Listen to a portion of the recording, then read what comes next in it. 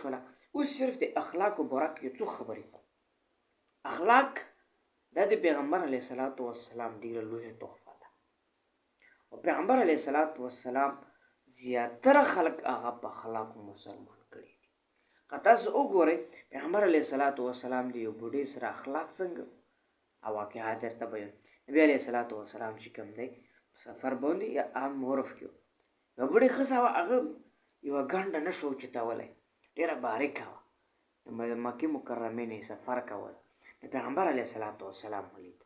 پیغمبر علیه الصلاۃ والسلام ورته وفرمایل چې ادې زه به دا ګنډه زه سره یوسم. ورته وویل چې دینه غټه خبره څه ده چې تېر سره یوسي. نو پیغمبر علیه السلام په خپلو اوږو مبارکو باندې کېښوده او دغې بوډۍ ادې سره روان شو. پیغمبر علیه الصلاۃ والسلام چې کوم دی روان شو، منځ کې خبرې کولې، هلته د پردې حکم خو نه و ناست. نو پیغمبر علیه الصلاۃ والسلام ورته فرمایي چې ادې چېرته روان؟ وی چې د مکې نه مدینې منورې تقریبا مکې مکرمې ته چې دې ته په سفر ځم. وی چې څله؟ وی چې ځکه چې په مکه مکرمه کې یو انسان نوتی دی، یو انسان دی وازون ته محمد وي او چې هغه صلی الله علیه وسلم چې هغه نبوت دعا کوي او خل بې دینه کوي. څه کوي؟ خل بې دینه کوي. وی چې هغې نه سفر کوم هسې نه چې مونږ بې دینه کړي. وی چې نبي علیه السلام ته وفرمایل چې ته د هغې خبرې اورېدلې که نه؟ وی چې نه مونږ خو یې نه یې اورېدلې. بیا نبي علیه الصلاۃ والسلام نه پوښتنه کوي چې بچیا خیال کوه چې تو بې دینه نه کړي، خیال کوه تو بې دینه نه کړي. لکه دغې بوډۍ ښځې دومره غلطې خبرې وې چې په معاشره کې دا که مونږ اوس چاته وایې یا ځوان سړي ته وایې یو عالم ته وایې بڼه ته خو هسې غلطې پالتې وي. نو مونږ عالمانو بیا ځان سر تړلی د هغوی کور پرېښی ځکه چې ته اوس ماته غلط یې. نو پیغمبر علیه الصلاۃ والسلام ته د بوډۍ ښځه خبره کوي چې هسې نه بچی ته تو بې دینه کړي. نو په دغه ټیم کې دا سفر کم و، نو په هغه ته ورسېدل. نو بیا دې پوښتنه وکړه بچی څوک یې؟ ودې کوم علاقې یې؟ ورته وویل چې ادې چې کوم انسان نه ته سفر کوې او ته دې تنګه شوې وې هغه انسان زه محمد صلی الله علیه وسلم. پیغمبر علیه الصلاۃ والسلام دومره لوی اخلاق دغې بوډۍ ادې سره استعمال کړل. هغې بوډۍ قسم وکړو چې ته خو رښتیا لوی پیغمبر یې، ځکه چې تو دومره خبرې هم دې مو برداشت کړلې و، بل چې کوم دی مو سره دومره لوی احسان وکړو ګنډه یې وړله. نو ما عزتمندو عزیزانو هغې ښځې چې کوم دی چې وړه کلمه وویله پیغمبر علیه السلام دې ایمان وکړو.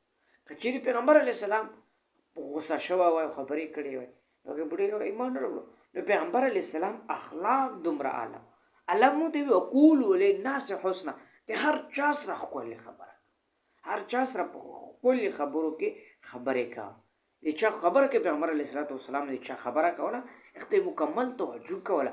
نن د موږ د غریب خلکو ته په سپک نظر بعضو خلکو خبرې هم نه اورو. د بعضې خلک چې هغه خلک چې موږ سره خبرې کوي هغو خبرو ته موږ سره اهمیت نه ورکوو. الله موږ ته هېڅکله د تکبر نه نه ویلي. الله رب العالمین موږ ته د انسانیت یو درس راکوي چې ته انسانیت په ځان کې راوله، د پیغمبر علیه السلام اخلاق په ځان کې راوله. نبی کریم صلی الله علیه وسلم فرمایي چې د ټولو نه بهترین اخلاق دا دی چې تو سره کله یو سړی بد وکړي ته ورسره احسان وکړي. پیغمبر علیه السلام موږ ته دا درس وکړي چې ګوره په خپل ځان باندې تکلیف برداشت خو بل انسان ته راحت. پیغمبر علیه الصلاۃ والسلام په دور او خلافت کې یو صحابي روغی، هغه جومات له موقع یې ټاکوه. د ده سوچ او فکر دا و، د اخلاق دا و، د کردار دا و چې ده باندې مسافر تېرېږي نو دلته به یو اسپه یا اوښ وتړي. بل صحابي روغی بسلو چې جومات له خلک نه وسي چې کوم نه دا وغورځي. تقریبا سنن ابي ماجه کې دا حدیث موجود دی.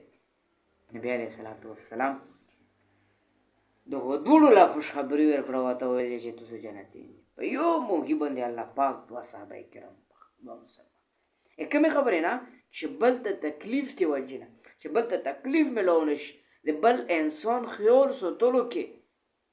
نن چې کوم دی مونږ د خپلو ژبو نه خلک دومره نفرت کړي دي چې د نن د ما د بشر نه انکار کوي. انسانیت نه بعضې خلک داسې دي چې هغوی سره لږ ظلم شوی دی، هغوی سره لږ بد اخلاقي شوی دو، دومره نن سبا د انسان نه نفرت کوي. نن هر سړی دا خبره کوي چې مړه مونږ نه کافر ښه دي. ژبه کې اخلاق احسانیات هر څه موجود دي مونږ کې څه لا نشته مونږ کې دا صفات پکور دي چې مونږ ځان ته مسلمان یو پیغمبر علیه السلام امتیان ځان ته مونږ له پکور دي الله قرآن کریم کې فرمایي وقولوا للناس خبره کوي د خلکو سره حسنه بهترینه ښکلې نرمه موسی علیه السلام ته الله فرمایي چې موسی د فرعون سره چې خبره کوي په نرمۍ سره